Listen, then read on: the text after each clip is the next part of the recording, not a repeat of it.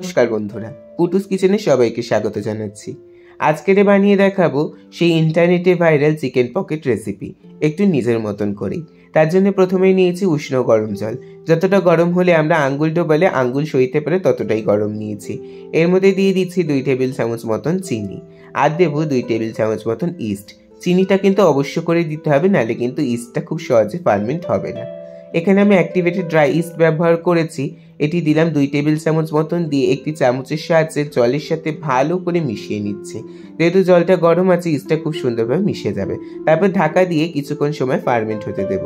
তারপর নিয়ে নিচ্ছি একটি পাত্র, তার মধ্যে দিলাম 3 কাপ মতন ময়দা। আপনারা কিন্তু ময়দার পরিবর্তে আটা দিয়েও করতে পারেন, কিন্তু ময়দা দিয়ে করলে ভালো হয়, আটা দিয়ে করলে স্বাস্থ্যকর হয়। দিলাম সামান্য পরিমাণ লবণ, আর দিচ্ছি সাদা তেল। সাদা তেলটা কিন্তু অল্প পরিমাণে দিতে হবে, ময়াম দেওয়ার মতন করে দিতে হবে না। দিয়ে শুকনো উপকরণগুলোকে তেলের সাথে খুব সুন্দরভাবে মিশিয়ে নিচ্ছি। এখানে দিয়ে রেখে একটি টিপস, যে অ্যাক্টিভেটেড রাইসটা ব্যবহার করলাম সেটি প্যাকেট কাটার পর এরকমভাবে ভালো করে প্যাঁচিয়ে একটা কৌটের মধ্যে করে ভালো করে টাইট করে মুখটা বন্ধ করে ডিপ ফ্রিজে রেখে কিন্তু বেশ কিছুদিন সংরক্ষণ করে ব্যবহার করা যায়। তারপরে দিয়ে দিলাম 1 টেবিল চামচ মতন গুঁড়ো দুধ, দিয়ে ওটিকেও ভালো মতন ময়দার সাথে মিশিয়ে নিচ্ছি। নেওয়ার পরে এবার যে ইস্ট ভেজানো জলটা ছিল, দেখুন বেশিক্ষণ টাইম দিতে পারিনি বলে সম্পূর্ণ ফার্মেন্ট হয়নি, কিন্তু এই যে ফেনা ফেনা দেখছেন, এটাই হচ্ছে চিহ্ন যে আপনার ইস্টটা ভালো কোয়ালিটির আর ফার্মেন্ট খুব সুন্দর হচ্ছে। এবার একটু একটু করে জলটাকে নিয়ে পরিমাণ মতন যতটা লাগবে ততটা দিয়েই ময়দাটিকে ভালো করে মিশিয়ে মিশিয়ে নরম একটা ডো তৈরি করব। আমি এখানে যতটা জল নিয়েছিলাম অনুমান করেই নিয়েছিলাম, কিন্তু আমার সম্পূর্ণটাই লেগে গিয়েছে। যদি আপনাদের জল বেশি হয়ে যায় তাহলে কিন্তু একটু শুকনো ময়দা দিয়েও মেখে নিতে পারেন। দেখুন এরকম একটা নরম মতন ডো তৈরি করে নিচ্ছি। এটিকে একটু হাতের সাহায্যে যত ভালো করে মুথ, ততই আমাদের পকেটগুলো সফট অ্যান্ড জালিদার তৈরি হবে। দেখুন আমার মুথে নেওয়া হয়ে গেছে। ওপর থেকে একটু সাদা তেল দিয়েও একটু ভালো করে মিশিয়ে নিয়ে ঢাকা দিয়ে এটিকে ফার্মেন্ট হতে রেখে দেবো প্রায় আধা ঘন্টা মতো। আধা ঘন্টার বেশি রাখলে আরও সুন্দর মতন ফার্মেন্ট হয়, কিন্তু আমার কাছে বেশি সময় ছিল না, তাই এটিকে ঢাকা দিয়ে একটি গরম স্থানে রেখে দিচ্ছি। এখন যেহেতু গরমকাল তাই অসুবিধা হবে না, যদি শীতকাল হয় তাহলে কিন্তু মোটা কাপড় দিয়ে গরম জায়গায় রাখতে হবে। এবার আমরা বানাবো চিকেন পকেটের ভেতরে দেওয়ার জন্য সেই চিকেনটা। এখানে আমি মুরগির বুকের মাংস নিয়েছি 300 গ্রাম মতন, ভালো করে কেটে বেছে ধুয়ে কিউব করে কেটে নিয়েছি। তারপরে দিলাম স্বাদ মতন লবণ, সামান্য একটু ভিনিগার, দিলাম স্বাদ মতন লঙ্কার গুঁড়ো। এটি একটু ঝাল ঝাল খেতে হয় তাই একটু বেশি করেই দিচ্ছি। তারপরে দিচ্ছি একটু সামান্য পরিমাণ চিনি, আর দিচ্ছে 1 টেবিল চামচ ভরে রসুন বাটা। দিয়ে হাতের সাহায্যে ভালো মতন মিশিয়ে নেবো, যাতে প্রত্যেকটা কিউবের সাথে মাংসগুলোর একবারে মশলা আটকে যায়। তারপরে দিচ্ছে অপশনাল, যদি থাকে তো দেবেন, যে কোনো ব্র্যান্ডের একটু পেরি পেরি মশলা, আর যদি না থাকে তাহলে একটু গোলমরিচ গুঁড়োও অ্যাড করতে পারেন। এবার দেবো ডিমের যে সাদা অংশটা থাকে সেই সাদা অংশটা, দিয়ে ভালো করে মিশিয়ে নেব। এই সাদা অংশটা অবশ্য করেই অ্যাড করবেন, তাহলে দেখবেন যতটা জুসি হচ্ছে আর কোটিং আটকাতে ততটাই সুবিধা হচ্ছে, আর মাংসটা ভাজার পরেও ভেতরে একদম সফট থাকবে। দেখুন খুব ভালো মতন মিশিয়ে নিয়েছি। এবার এটিকে ম্যারিনেশনে রেখে দেবো 15 মিনিট। 15 মিনিট ম্যারিনেশনে রেখে দিচ্ছি। তারপর এখানে তৈরি করে নেব একটি সস। তার জন্য নিচ্ছি এখানে 4 টেবিল চামচ মতন টমেটো সস, 1 টেবিল চামচ মতন সোয়া সস, 1.5 টেবিল চামচ মতন চিলি সস, আর দিয়েছি ভিনিগার। চিলি সস যদি না থাকে তাহলে কিন্তু দেওয়ার দরকার নেই, একটু লঙ্কার গুঁড়ো দিলেই হয়। আমি এখানে লঙ্কার গুঁড়ো চিলি সস দুটোই ব্যবহার করেছি। তারপর ভালো মতন মিশিয়ে রেখে দিচ্ছি। এবার তৈরি করে নেব একটি শুকনো কোটিং। তার জন্য একটি পাত্রের মধ্যে নিয়েছি 1 কাপ মতন ময়দা। পাত্রটি একটু ছড়ানো হলে খুব ভালো মতন কোট করা যায়। দিচ্ছি সামান্য পরিমাণ লবণ আর একটু পেরি পেরি মশলা। এখানেও যদি পেরি পেরি মশলা না থাকে তাহলে একটু লঙ্কার গুঁড়ো অ্যাড করতে পারেন, কোনো অসুবিধা হবে না। এবার ভালো করে শুকনো উপকরণগুলোকে মিশিয়ে নিয়ে যে চিকেনটা ম্যারিনেট করে রেখেছিলাম, সেই ম্যারিনেট করা চিকেনের কিউবগুলোকে অল্প অল্প করে দিয়ে ভালো মতন মিক্স করে নেব এবং কোট করে নেব। বলে রাখছি আমার সেই নতুন বন্ধুগুলোর উদ্দেশ্যে, যারা প্রথমবার আমার এই ভিডিওটি দেখছেন তারা কিন্তু চ্যানেলটিকে সাবস্ক্রাইব করবেন, আর ভিডিওটিতে অবশ্য করে একটি লাইক দেবেন, আর পাশে থাকা বেল আইকনটিকে অন করে দেবেন, যাতে আমার করা সমস্ত রেসিপির আপডেট সবার আগে আপনার কাছে পৌঁছায়। দেখলাম কাঁটা চামচ দিয়ে চেষ্টা করলাম, ভালো মতন কোটিং হচ্ছে না, তাই চলে আসলাম আমার পন্থায়। হাতের সাহায্যে ভালো মতন মিশিয়ে নিয়েছি প্রত্যেকটাকে, আর হাত দিয়ে একটু ঝেড়ে ঝেড়ে তুলে নিয়েছি। দেখুন প্রত্যেকটা চিকেন আমার কোট করা হয়ে গেছে।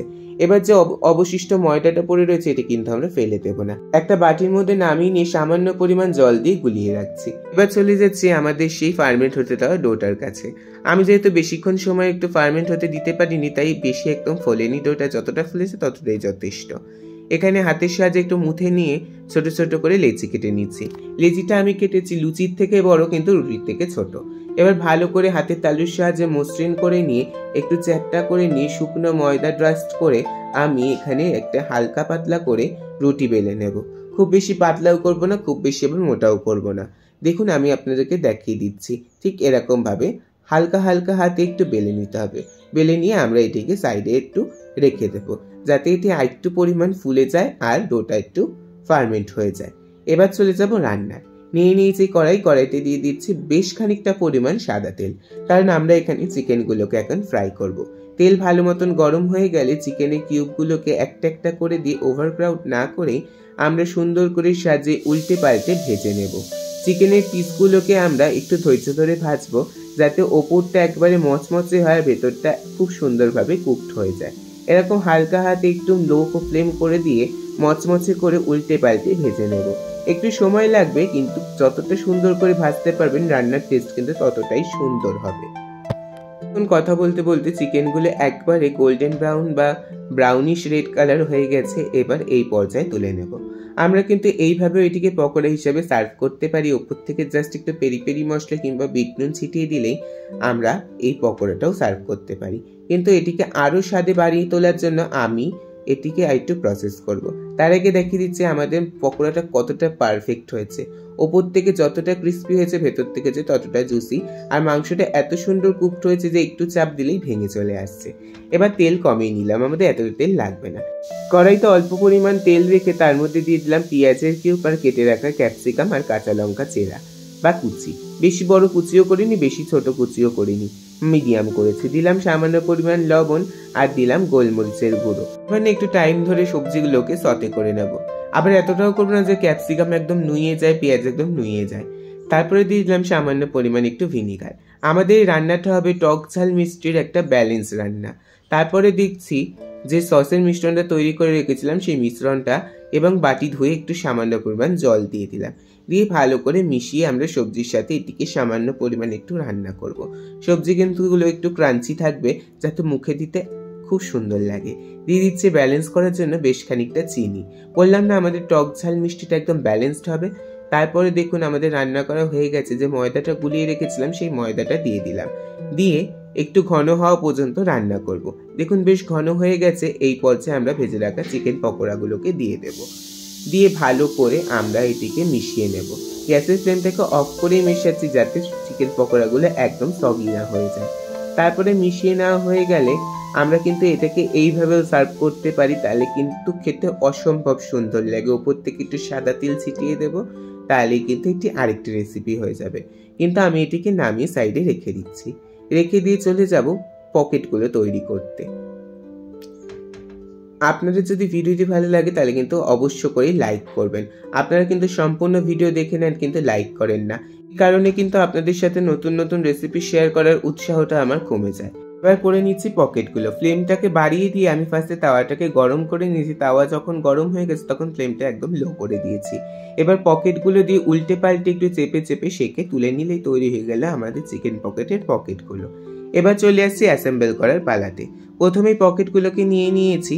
আপনারা চাইলে মাছ বরাবর কাটতেও পারেন, কিন্তু আমি এইভাবেই করছি যাতে আমার সুবিধা হচ্ছে। এবার যে চিকেনটা তৈরি করে রাখলাম সেগুলিকে যতটা ভেতরে ধরে ততটা দিয়ে, এবং যে চিকেনের মধ্যে যে ক্যাপসিকাম আর পেঁয়াজগুলো ছিল সেটিকে ওপর থেকে একটু দিয়ে দিচ্ছি। আপনারা চাইলে কিন্তু পকেটটাতে ফার্স্টে একটু মেয়োনিজও মাখিয়ে নিতে পারেন, তাতেও কিন্তু খেতে ভালো লাগে।